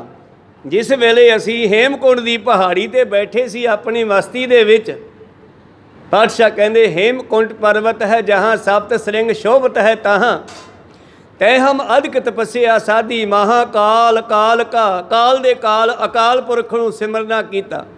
ਮਹਾਕਾਲ ਕਾਲ ਕਾ ਅਰਾਧੀ ਕਰਤ ਤਪੱਸਿਆ ਜਵਾਂ ਭਇਓ ਦਵੈ ਤੇ ਏਕ ਰੂਪ ਹੋਏ ਗਇਓ। ਐਸੀ ਬਿਰਤੀ ਜੁੜੀ ਸੀ, ਮੇਰਾ ਉਹ ਬਿਰਤੀ ਛੱਡਣ ਨੂੰ ਜੀ ਨਹੀਂ ਸੀ ਕਰਦਾ। ਚਿਤ ਨ ਭਇਓ ਹਮਰੋ ਆਵਨ ਕੈ ਚੁਭੀ ਰਹੀ ਸੁਰਤ ਪ੍ਰਭ ਚਰਨਨ ਮੈਂ। ਆਵਾਜ਼ ਆਈ ਦੁਸ਼ਟ ਦਮਨ ਤੇਰੀ ਲੋੜ ਹੈ, ਹੁਣ ਤੂੰ ਆ। ਪਹਿਲਾਂ ਥੋੜੀਆਂ ਥੋੜੀਆਂ ਸ਼ਕਤੀਆਂ ਦੇ ਕੇ ਬੰਦੇ ਭੇਜੇ। ਜਿਹੋ ਜਿਹਾ ਇੱਥੇ ਨੁਕਸਾਨ ਸੀਗਾ, ਵਿਘਨ ਸੀਗਾ, ਉਹੇ ਜਿਹੇ ਸੰਗਤ ਆਉਂਦੇ ਰਹਿੰਦੇ, ਉਹੇ ਜਿਹੇ ਬੰਦੇ ਆਉਂਦੇ ਰਹੇ। ਪਰ ਹੁਣ ਤਾਂ ਮੁਗਲਾਂ ਦਾ ਰਾਜ ਸੀਗਾ, ਜਿਹੜਾ ਜੇਠ ਦੇ ਦੁਪਹਿਰ ਦੇ ਸੂਰਜ ਵਰਗਾ ਤਪਿਆ ਹੋਇਆ ਦੁਨੀਆ ਨੂੰ ਦੁੱਖ ਦੇ ਰਹੇ ਸੀ। ਹੁਣ ਉਸ ਦਾ ਮੁਕਾਬਲਾ ਦੁਸ਼ਟ ਦਮਨ ਤੋਂ ਬਗੈਰ ਕੋਈ ਨਹੀਂ ਕਰ ਸਕਦਾ। ਹੁਣ ਉਹਨੂੰ ਆਵਾਜ਼ ਮਾਰੀ ਆ। ਤੇ ਧੰਨ ਗੁਰੂ ਗੋਬਿੰਦ ਸਿੰਘ ਜੀ ਦੇ ਨਾਲ 7 ਰਿਸ਼ੀ ਹੋਰ ਤਪੱਸਿਆ ਕਰ ਰਹੇ ਸੀਗੇ। ਉਹਨਾਂ ਨੂੰ ਤੜਕੇ ਕਹਿੰਦੇ ਜਦੋਂ ਦੁਪਹਿਰੇ ਇਕੱਠੇ ਹੁੰਦੇ ਆ ਰਿਸ਼ੀ, ਸਾਰੇ ਬਾਹਰ ਬਹਿੰਦੇ ਆ, ਰਾਤ ਨੂੰ ਆਪਣੀਆਂ ਗੁਫਾਵਾਂ ਵਿੱਚ ਚਲੇ ਜਾਂਦੇ ਆ। ਉਹਨਾਂ ਰਿਸ਼ੀਆਂ ਨੂੰ ਪਾਤਸ਼ਾਹ ਕਹਿਣ ਲੱਗੇ ਭਗਤ ਜਣੋ, ਮੈਨੂੰ ਅਕਾਲ ਪੁਰਖ ਨੇ ਸੱਦਾ ਦਿੱਤਾ, ਲੱਗਦਾ ਮੈਨੂੰ ਜਾਣਾ ਪੈਣਾ। ਉਹ ਰਿਸ਼ੀ ਕਹਿਣ ਲੱਗੇ ਨਹੀਂ ਮਹਾਰਾਜ, ਇਹ ਮਾਇਆ ਸਾਨੂੰ ਜੰਗਲਾਂ ਵਿੱਚ ਵੀ ਨਹੀਂ ਛੱਡਦੀ, ਤੁਸੀਂ ਛੱਡੋ ਇਹ ਖਿਆਲ, ਕਿੱਥੇ ਜਾਣਾ। ਤਾਂ ਰਾਤ ਨੂੰ ਕਹਿੰਦੇ ਫਿਰ ਇਹਨਾਂ ਨੂੰ ਸਾਰਿਆਂ ਨੂੰ, ਇਹਨਾਂ ਦੇ ਅਰਾਧਿਆਂ ਨੇ, ਕੋਈ ਰਾਮ ਦਾ ਸੇਵਕ ਸੀ, ਕੋਈ ਕ੍ਰਿਸ਼ਨ ਦਾ ਸੇਵਕ ਸੀ, ਕੋਈ ਮੁਹੰਮਦ ਦਾ ਸੇਵਕ ਸੀ। ਉਹਨਾਂ ਸਾਰਿਆਂ ਨੂੰ ਕਹਿੰਦੇ ਆਵਾਜ਼ ਆਈ ਬਈ ਦੁਸ਼ਟ ਦਮਨ ਨੂੰ, ਇਹ ਬਖਸ਼ੇ ਤਪਸਵੀ ਨੂੰ ਅਕਾਲ ਪੁਰਖ ਨੇ ਜ਼ਾਹਰ ਕੀਤਾ, ਤੁਸੀਂ ਇਹਨੂੰ ਤੜਕੇ ਭੇਜੋ, ਇਹਨੂੰ ਜਾਣ ਦਿਓ, ਕੋਈ ਜ਼ਰੂਰੀ ਕਾਰਜ ਹੈ। ਤਾਂ ਤੜਕੇ ਆ ਕੇ ਸਾਰਿਆਂ ਨੇ ਫੇਰ ਦੱਸਿਆ ਵੀ ਮਹਾਰਾਜ ਸਾਨੂੰ ਰਾਤ ਸਾਡੇ ਗੁਰੂਆਂ ਨੇ ਦੱਸਿਆ ਵੀ ਤੁਹਾਨੂੰ ਸੱਦਿਆ, ਤੁਸੀਂ ਜਾਓ। ਅੱਛਾ ਚਲੋ ਮੈਂ ਜਾਣਾ। ਫਿਰ ਉਹ ਰਿਸ਼ੀ ਕਹਿਣ ਲੱਗੇ ਫਿਰ ਅਸੀਂ ਇੱਥੇ ਕੀ ਕਰਾਂਗੇ ਮਹਾਰਾਜ ਇਕੱਲੇ। ਤੇ ਪਾਤਸ਼ਾਹ ਕਹਿਣ ਲੱਗੇ ਕੋਈ ਗੱਲ ਨਹੀਂ, ਮੈਂ ਵੇਖਦਾ ਪੁੱਛਦਾ ਅਕਾਲ ਪੁਰਖ ਕੀ ਕਹਿੰਦੇ ਆ। ਜੇ ਮਾਤਲੁਕ ਵੀ ਜਾਣ ਦਾ ਹੁਕਮ ਹੋਇਆ ਤੇ ਮੈਂ ਤੁਹਾਨੂੰ ਵੀ ਨਾਲ ਹੀ ਲੈ ਕੇ ਜਾਊਂਗਾ। ਤੇ ਜਿਸ ਵੇਲੇ ਅਕਾਲ ਪੁਰਖ ਦੇ ਕਹਿੰਦੇ ਸਾਹਮਣੇ ਗਏ ਸਤਿਗੁਰੂ ਪਾਤਸ਼ਾਹ, ਪ੍ਰਕਾਸ਼ ਹੈ, ਐਸਾ ਪ੍ਰਕਾਸ਼ ਹੈ ਜਿਹੜਾ ਝੱਲਿਆ ਨਹੀਂ ਜਾਂਦਾ, ਜਿਹਦੇ ਸਾਹਮਣੇ ਖੜੇ ਆ ਹੱਥ ਬੰਨ੍ਹ ਕੇ। ਔਰ ਆਵਾਜ਼ ਆਈ ਕਿ ਦੁਸ਼ਟ ਦਮਨ ਤੂੰ ਮਾਤਲੋਕ ਵੀ ਜਾਣਾ ਹੈ, ਬੜਾ ਜ਼ੁਲਮ ਵੱਧ ਗਿਆ ਹੈ। ਜਿਹੜਾ ਬਾਬੇ ਨਾਨਕ ਨੇ ਪੰਥ ਚਲਾਇਆ, ਦੁਸ਼ਟ ਲੋਕ ਉਹਨੂੰ ਖਤਮ ਕਰਨ ਨੂੰ ਫਿਰਦੇ ਹੈ, ਤੇ ਤੂੰ ਜਾ ਹੁਣ। ਜਾਏ ਜਹਾਂ ਤੇ ਧਰਮ ਬਿਥਾਰੋ, ਦੁਸ਼ਟ ਦੋਖੀਨ ਪਕੜ ਪਿਛਾਰੋ। ਤਾਂ ਜਿਸ ਵੇਲੇ ਮੈਨੂੰ ਇਹ ਹੁਕਮ ਹੋਇਆ ਤੇ ਆਪ ਹੀ ਦੱਸਦੇ ਹੈ ਆ ਮੈਂ ਆਪਣੀ ਕਥਾ ਬਖਾਨੋ ਤਬ ਸਾਧ ਜੇ ਬਿਦ ਮੋਹਿਆਨੋ ਦਸਮ ਗ੍ਰੰਥ ਵਿੱਚ ਠਾੜ ਭਇਓ ਮੈਂ ਜੋਰ ਕਰ ਬਚਨ ਕਹਾ ਸਿਰ ਨਿਆਏ ਪੰਥ ਚੱਲੇ ਤਬ ਜਗਤ ਮੈਂ ਜਬ ਤੁਮ ਕਰੋ ਸਹਾਏ। ਤੁਹਾਡੀ ਕਿਰਪਾ ਤੋਂ ਬਗੈਰ ਗੱਲ ਨਹੀਂ ਬਣਨੀ, ਤਾਂ ਇਹ ਗੱਲ ਬਣ ਸਕਦੀ ਹੈ। ਤਾਂ ਫਿਰ ਅੱਗੋਂ ਅਕਾਲ ਪੁਰਖ ਨੇ ਵੀ ਆਵਾਜ਼ ਦਿੱਤੀ, ਕਹਿੰਦੇ ਜਾ ਮੈਂ ਆਪਣਾ ਸੋ ਤੋਹੇ ਨਵਾਜਾ ਪੰਥ ਪਰਚੁਰ ਕਰਬੇ ਕੋ ਸਾਜਾ ਜਾਏ ਜਹਾਂ ਤੇ ਧਰਮ ਵਿਥਾਰੋ ਦੁਸ਼ਟ ਦੋਖੀਨ ਪਕੜ ਪਛਾਰੋ। ਤੇ ਫਿਰ ਸਾਨੂੰ ਦੱਸਦੇ ਆ ਦਸਵੇਂ ਪਾਤਸ਼ਾਹ, ਸਮਝ ਲਿਓ ਸਾਧੂ ਸਭ ਮਨਮੰਗ ਯਾਹੀ ਕਾਜ ਧਰਾ ਹਮ ਜਨਮੰਗ ਧਰਮ ਚਲਾਵਣ ਸੰਤਿ ਉਭਾਰਨ ਦੁਸ਼ਟ ਸਵਣ ਕੋ ਮੂਲ ਉਪਾੜਨ। ਮੈਂ ਦੁਸ਼ਟਾਂ ਦੀਆਂ ਜੜ੍ਹਾਂ ਪੱਟਣ ਲਈ ਸੰਤਾਂ ਨੂੰ ਉੱਚੇ ਚੁੱਕਣ ਲਈ ਧਰਮ ਨੂੰ ਕਾਇਮ ਕਰਨ ਲਈ ਆਇਆ ਹਾਂ। ਤੇ ਪਾਤਸ਼ਾਹ ਕਹਿੰਦੇ ਗੁਰੂ ਦਾ ਇਹ ਕੰਮ ਹੈ ਬਸ। ਗੁਰੂ ਗੋਬਿੰਦ ਸਿੰਘ ਜੀ ਕਹਿੰਦੇ ਮੇਰਾ ਕਾਰਜ ਪੂਰਾ ਹੋ ਗਿਆ, ਜੋ ਮੈਂ ਸਦਾ ਸਦਾ ਲਈ ਖਾਲਸਾ ਪੰਥ ਸਾਜ ਦਿੱਤਾ, ਜੋ ਗੁਰੂ ਗ੍ਰੰਥ ਸਾਹਿਬ ਜੀ ਦੀ ਰਚਨਾ ਹੋ ਗਈ, ਇਹ ਵੱਡੇ ਕਾਰਜ ਸਨ ਜਿਹੜੇ ਸੰਪੂਰਨ ਹੋ ਗਏ। ਲੈ ਉਪਦੇਸ਼ ਤਰੇ ਜਗ ਸਾਗਰ ਅਪਰ ਤਰਾਵੈ ਹੋਤ ਉਜਾਗਰ ਸ਼ੋ ਮਾਕੋ ਬਚਾਏ ਕਰ ਕਾਰਨ ਆਪਨ ਥਾਨ ਪਹੁੰਚੇ ਗੁਰ ਆਰਮ। ਤਾਂ ਫਿਰ ਗੁਰੂ ਆਪਣੇ ਉਸੇ ਸਥਾਨ ਤੇ ਵਾਪਸ ਜਾਂਦਾ। 3.5 ਯੁੱਗ ਭਗਤੀ ਹੈ ਦੁਸ਼ਟ ਦਮਨ ਜੀ ਦੀ, ਤੇ ਹਜੇ ਵੀ ਕਿਤੇ ਗਏ ਨਹੀਂ ਗਏ। ਸਤਿਗੁਰ ਮੇਰਾ ਜਾਗਦਾ ਹੈ ਦਿਓ, ਗੁਰੂ ਕਦੇ ਮਰਦਾ ਨਹੀਂ, ਸਿਰਫ ਅਲੋਪ ਹੁੰਦਾ ਹੈ। ਉਹਨਾਂ ਨੇ ਇਹਨਾਂ ਨੂੰ ਤਾਕਤ ਬਖਸ਼ਦੀ, ਇਸ ਕਰਕੇ ਆਪਣੇ ਆਪ ਨੂੰ ਅਲੋਪ ਕੀਤਾ। ਕਹੋ ਸਤਨਾਮ ਅੱਗ ਵਿੱਚ ਨਹੀਂ ਬੜੇਗੇ, ਠੀਕ ਹੈ। ਉਹ ਸਾਰੀ ਰਚਨਾ ਰਚ ਦਿੱਤੀ ਹੈ, ਆਪਣੇ ਹਿੱਸੇ ਦੀਆਂ ਲੱਕੜਾਂ ਵੀ ਮਚਾ ਦਿੱਤੀਆਂ, ਇਹ ਕੌਤਕ ਕਰ ਦਿੱਤਾ ਹੈ, ਪਰ ਅਲੋਪ ਹੋਏ ਆ, ਹੈਗੇ ਆ, ਵਿਚਰਦੇ ਫਿਰਦੇ ਆ, ਖਾਲਸੇ ਦੇ ਵਿੱਚ ਹੀ ਰਲੇ ਹੋਏ ਹਨ। ਇਸ ਕਰਕੇ ਪਾਤਸ਼ਾਹ ਕਹਿੰਦੇ ਸਿੰਘਾਂ ਨੂੰ ਸਿੰਘੋ ਇਹ ਮਾਰਗ ਤੇ ਗੁਰੂ ਆਉਂਦਾ ਬੱਦਲਾਂ ਦੀ ਨਿਆਈ। ਕਿੰਨੇ ਬੱਦਲ ਆ ਗਏ ਪਾਣੀ ਦੇ ਭਰ ਕੇ, ਤੇ ਧਰਤੀ ਤੇ ਗਰਮੀ ਹੈ, ਬੱਦਲ ਵਰ ਜਾਂਦੇ ਹੈ ਤੇ ਬੱਦਲ ਦਿਖਾਈ ਦਿੰਦੇ, ਆਕਾਸ਼ ਸਾਫ਼ ਹੋ ਜਾਂਦਾ ਹੈ। ਧਰਤੀ ਨੂੰ ਸੁੱਖ ਦੇਣ ਵਾਸਤੇ ਜਿਵੇਂ ਬੱਦਲ ਆਉਂਦੇ ਆ, ਇਵੇਂ ਜੀਵਨ ਸੁੱਖ ਦੇਣ ਵਾਸਤੇ ਗੁਰੂ ਆਉਂਦਾ ਹੈ। ਆਪਣਾ ਕਾਰਜ ਕਰਕੇ ਵਾਪਸ ਫਿਰ ਆਪਣੇ ਸਥਾਨ ਤੇ ਜਾ ਵਿਰਾਜਦੇ ਹਨ। ਜਿਮਸ਼ਿਤ ਭਰ ਦੁਰ ਭਿਛ ਕਰਾਲਾ ਜੈ ਕਹਿ ਉਪਜੈ ਤਪਤ ਵਿਸਾਲਾ। ਅੱਗੇ ਭਾਈ ਸਾਹਿਬ ਨੇ ਉਦਾਹਰਨ ਵੀ ਦਿੱਤੀ ਹੈ, ਜਿਵੇਂ ਧਰਤੀ ਉੱਤੇ ਕਾਲ ਪੈ ਜਾਂਦਾ, ਮੀਂਹ ਨਹੀਂ ਪੈਂਦਾ, ਸਾਰੇ ਗਰਮੀ ਤਪਸ਼ ਭੁੱਖ ਮਰੀ ਪੈ ਜਾਂਦੀ ਹੈ। ਜੀਵ ਦੁਖੀ ਬਿਕ ਕਹਿ ਤਤਕਾਲਾ ਬਿਦਤੈ ਨਾਹਿ ਨਭ ਮੈਂ ਮੇਘਨ ਕਮਾਲਾ। ਤੇ ਜੀਵਾਂ ਦੇ ਦੁੱਖ ਨੂੰ ਦੇਖ ਕੇ ਆਕਾਸ਼ ਦੇ ਵਿੱਚ ਬੱਦਲਾਂ ਦੀ ਮਾਲਾ ਭਾਵ ਬੱਦਲ ਆ ਜਾਂਦੇ ਹਨ। ਵਰਖਾ ਕਰਕੇ ਤਪਤ ਮਿਟਾਵੇ ਅੰਨ ਉਪਾਵਨ ਤੇ ਤ੍ਰਿਪਤਾਵੇ। ਔਰ ਬੱਦਲ ਮੀਂਹ ਪਾ ਕਰਕੇ ਧਰਤੀ ਦੇ ਵਿੱਚੋਂ ਅਨਾਜ ਪੈਦਾ ਕਰਦੇ ਹਨ, ਅੰਨ ਪੈਦਾ ਕਰਦੇ ਹਨ। ਉਨ ਸੋ ਮੇਘ ਲੀਨ ਹੋਏ ਜਾਏ ਜਹ ਤੇ ਆਵੇ ਤਾਂ ਸਮਾਏ। ਫਿਰ ਉਹ ਬੱਦਲ ਜਿਹੜੇ ਹਨ ਅਲੋਪ ਹੋ ਜਾਂਦੇ ਆ, ਲੀਨ ਹੋ ਜਾਂਦੇ ਆ, ਜਿੱਥੋਂ ਪੈਦਾ ਹੁੰਦੇ ਵਾਪੇ ਉੱਥੇ ਹੀ ਚਲੇ ਜਾਂਦੇ। ਸਤਿਗੁਰ ਕੇ ਲਖੋ ਸਰੀਰਾ ਸੁਭ ਮਗ ਉਪਦੇਸ਼ਤ ਕਰਮਨ ਧੀਰਾ। ਬਸ ਸਿੰਘੋ ਇਸੇ ਤਰ੍ਹਾਂ ਹੀ ਗੁਰੂ ਨੂੰ ਜਾਣੋ। ਗੁਰੂ ਸੰਸਾਰ ਦਾ ਮਾਰਗ ਦਰਸ਼ਨ ਕਰਨ ਆਉਂਦਾ ਹੈ, ਉਪਦੇਸ਼ ਦਿੰਦਾ ਹੈ, ਜੀਵਾਂ ਨੂੰ ਧੀਰਜ ਦਿੰਦਾ ਹੈ। ਨਿਜ ਸਥਾਨ ਮੈਂ ਪਹੁੰਚੈ ਜਾਏ ਨਿਤ ਸਿੱਖਨ ਕਹਿ ਰਹਿ ਸਹਾਏ। ਔਰ ਦੋਹਾਂ ਦੇਸ਼ਾਂ ਦਾ ਗੁਰੂ ਹੈ, ਦੋਹਾਂ ਦੇਸ਼ਾਂ ਦਾ ਮਾਲਕ ਹੈ ਗੁਰੂ, ਜਿਹੜਾ ਮਾਤ ਲੋਕ ਦਾ ਵੀ ਤੇ ਆਕਾਸ਼ ਲੋਕ ਦਾ ਵੀ। ਕਹਿੰਦੇ ਇਸ ਤਰ੍ਹਾਂ ਫਿਰ ਆਪਣੇ ਸਥਾਨ ਤੇ ਚਲੇ ਜਾਂਦਾ, ਜੀਵਾਂ ਨੂੰ ਸੁੱਖ ਦੇ ਕੇ। ਉਪਜੈ ਪ੍ਰੇਮ ਭਾਉ ਮਨ ਜਾਕੇ ਅੰਗ ਸੰਗ ਸਤਿਗੁਰ ਹੈ ਤਾਂਕੇ। ਤੋ ਗੁਰੂ ਕਿਤੇ ਨਹੀਂ ਗਿਆ, ਜਿਸ ਦੇ ਹਿਰਦੇ ਵਿੱਚ ਪ੍ਰੇਮ ਭਾਉ ਹੈ, ਗੁਰੂ ਉਹਦੇ ਨਾਲ ਹਮੇਸ਼ਾ ਰਹਿੰਦਾ ਹੈ। ਸਤਿ ਨਾਮ ਸਿਮਰਨ ਕਉ ਦੀਨ ਜਿਸ ਤੇ ਬਨਹੁ ਨਹੀਂ ਕਬ ਦੀਨ। ਇਸ ਕਰਕੇ ਸਤਿਨਾਮ ਦਾ ਜਾਪ ਕਰਿਆ ਕਰੋ, ਸਿਮਰਨ ਕਰਿਆ ਕਰੋ, ਨਿਮਾਣੀ ਨਾ ਬਣੋ, ਦੁਖੀ ਨਾ ਹੋਵੋ, ਮੈਂ ਹਮੇਸ਼ਾ ਤੁਹਾਡੇ ਨਾਲ ਹਾਂ। ਧਰਾ ਰਾਜ ਹਿਤ ਸ਼ਸਤਰ ਗਹਾਏ ਮਰੈ ਜੰਗ ਮੋਇ ਸੁਰਗ ਸਿਧਾਏ। ਔਰ ਇਹ ਧਰਤੀ ਦੇ ਉੱਤੇ ਤੁਹਾਨੂੰ ਰਾਜ ਵੀ ਬਖਸ਼ਿਆ ਹੈ, ਤੇ ਰਾਜ ਸ਼ਸਤਰਾਂ ਤੋਂ ਬਿਨਾਂ ਨਹੀਂ ਮਿਲਣਾ। ਤੁਹਾਨੂੰ ਸ਼ਸਤਰਧਾਰੀ ਇਸੇ ਕਰਕੇ ਕੀਤਾ ਹੈ, ਤੁਸੀਂ ਸੰਸਾਰ ਦੇ ਵਿੱਚ ਸ਼ਸਤਰਧਾਰੀ ਬਣ ਕੇ ਰਹਿਣਾ। ਜੇ ਤੁਸੀਂ ਜੰਗ ਦੇ ਮੈਦਾਨ ਵਿੱਚ ਸੱਚ ਦੇ ਮਾਰਗ ਤੇ ਲੜਦੇ ਹੋਏ ਸ਼ਹੀਦ ਹੋਗੇ ਤੇ ਮੇਰੇ ਕੋਲ ਆਓਗੇ। ਦੇਵੀ ਮਾਤੇ ਅੰਕ ਮੈਂ ਪਾਏ ਸਕਲ ਅਕਾਲ ਪੁਰਖ ਲੜ ਲਾਏ। ਦੇਵੀ ਮਾਤ ਦਾ ਮਤਲਬ ਹੈ ਮਾਤਾ ਸਾਹਿਬ ਦੇਵਾ ਜੀ। ਤੁਹਾਨੂੰ ਮਾਤਾ ਸਾਹਿਬ ਦੇਵਾਂ ਦੀ ਗੋਦ ਪਾਇਆ ਹੋਇਆ ਹੈ। ਤੁਸੀਂ ਮਾਤਾ ਸਾਹਿਬ ਦੇਵਾਂ ਦੇ ਪੁੱਤਰ ਹੋ। ਖਾਲਸਾ ਪੰਥ ਤੇ ਅਕਾਲ ਪੁਰਖ ਦੇ ਲੜ ਸੋਨੂੰ ਲਾਇਆ। ਮੈਂ ਤੁਹਾਨੂੰ ਮਾਤਾ ਸਾਹਿਬ ਦੇਵਾਂ ਦੀ ਗੋਦ ਪਾਇਆ। ਖਾਲਸਾ ਦੀ ਮਾਤਾ ਮਾਤਾ ਸਾਹਿਬ ਦੇਵਾ ਹੈ। ਪਿਤਾ ਤੁਹਾਡਾ ਮੈਂ ਹਾਂ, ਪਰ ਤੁਹਾਨੂੰ ਮੈਂ ਸਿੱਧਾ ਡਾਇਰੈਕਟ ਅਕਾਲ ਪੁਰਖ ਨਾਲ ਜੋੜਿਆ। ਪੂਜਾ ਅਕਾਲ ਕੀ, ਪਰਚਾ ਸ਼ਬਦ ਕਾ, ਦੀਦਾਰ ਖਾਲਸੇ ਕਾ। ਕੋ ਸਤਨਾਮ। ਦਰਸ਼ਨ ਖਾਲਸੇ ਦੇ ਕਰੋ, ਇਹਦੇ ਵਿੱਚੋਂ ਮੈਂ ਦਿਸਾਂਗਾ। ਪੂਜਾ ਗੁਰੂ ਗ੍ਰੰਥ ਸਾਹਿਬ ਜੀ ਦੀ ਅਕਾਲ ਪੁਰਖ ਦੀ ਕਰੋ, ਤੇ ਜਿਹੜਾ ਗਿਆਨ ਮਾਰਗ ਦਰਸ਼ਨ ਲੈਣਾ ਹੈ ਉਹ ਗੁਰੂ ਗ੍ਰੰਥ ਸਾਹਿਬ ਜੀ ਦੇ ਸ਼ਬਦਾਂ ਤੋਂ ਲੈਣਾ ਕਰੋ। ਵੇਦ ਸ਼ਾਸਤਰਾਂ ਤੇ ਸਾਰ ਨਿਕਾਸਾ, ਨਿਜ ਬਾਣੀ ਮੈਂ ਗੁਰ ਨ ਪ੍ਰਕਾਸ਼ਾ। ਜੋ ਵੀ ਚੰਗੀਆਂ ਵਿਚਾਰਾਂ ਸਨ, ਜੋ ਗੁਰੂਆਂ ਨੇ ਆਪਣੇ ਤਤ ਕੱਢ ਕੇ, ਨਿਚੋੜ ਕੱਢ ਕੇ ਪਵਿੱਤਰ ਗੁਰਬਾਣੀ ਦਾ ਪ੍ਰਕਾਸ਼ ਕੀਤਾ ਹੈ। ਅਖੋ ਸੁਨੋ ਉਪਦੇਸ਼ ਕਮਾਵੋ, ਗੁਰ ਕੋ ਲੋਕ ਨੇ ਸੰਸੈ ਜਾਵੋ। ਇਸ ਬਾਣੀ ਨੂੰ ਪੜ੍ਹੋ, ਸੁਣੋ, ਵਿਚਾਰੋ, ਇਸ ਤੇ ਚੱਲੋ। ਕਮਾਉਣ ਦਾ ਮਤਲਬ ਹੈ ਚੱਲਣਾ। ਇਹਦੇ ਮੁਤਾਬਕ ਚੱਲਣਾ ਕਰੋ।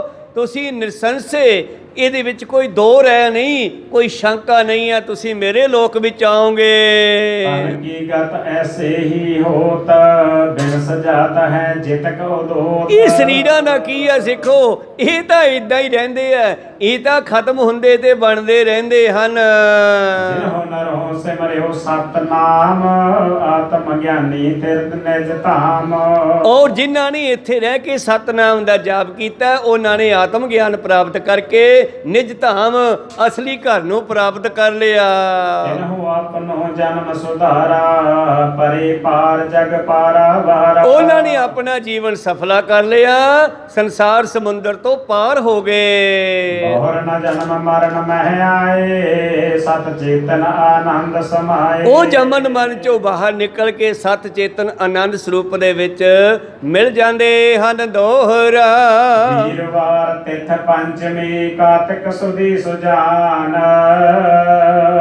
ਭਈ ਪ੍ਰਭਾਤ ਆਨੰਦ ਚਿਤ, ਸ਼੍ਰੀ ਮੁਖ ਕਮਲ ਸਮਾਨ।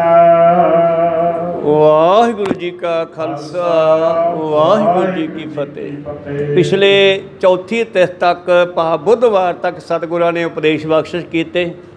ਅਗਲੇ ਦਿਨ ਉਹਨਾਂ ਦਿਨਾਂ ਵਿੱਚ ਸਨ 1700 ਦੇ ਵਿੱਚ ਪੰਚਮੀ ਤਿਥ ਚੜ੍ਹੀ ਹੈ। ਦਿਨ ਵੀਰਵਾਰ ਦਾ ਸੀ। ਅਗਲਾ ਦਿਨ ਚੜ੍ਹਿਆ ਤੇ ਅਗਲਾ ਦਿਨ ਚੜ੍ਹਦੇ ਫਿਰ ਪਾਤਸ਼ਾਹ ਅਲੋਪ ਹੋਣ ਦੀਆਂ ਤਿਆਰੀਆਂ ਕਰਦੇ ਆ। ਇਹ ਵਿਚਾਰ ਆਪਾਂ ਅਗਲੇ ਦੀਵਾਨਾਂ ਵਿੱਚ ਸਰਵਣ ਕਰਾਂਗੇ। ਆਓ ਆਖਰੀ ਪੰਕਤੀਆਂ ਪੜ੍ਹ ਕੇ ਫਿਰ ਸਮਾਪਤੀ ਕਰੀਏ ਜੀ। ਦੋਹਰਾ ਵੀਰਵਾਰ ਤਿਥ ਪੰਚਮੀ, ਕਾਤਿਕ ਸੁਦੀ ਸੁਜਾਨ। ਭਈ ਪ੍ਰਭਾਤ ਆਨੰਦ ਚਿਤ, ਸ਼੍ਰੀ ਮੁਖ ਕਮਲ ਸਮਾਨ। हे अच्युत हे पार ब्रह्म, अविनाशी अगनाश। हे पूरन हे सर्व मैं, पंजन गुणतास। हे संगी हे निरंकार, हे निर्गुण सब। हे गोविंद हे गुण निधान, सदा बवेक। हे अपरंपर हर हरे हरि होवन। हे संत कै सदा संग,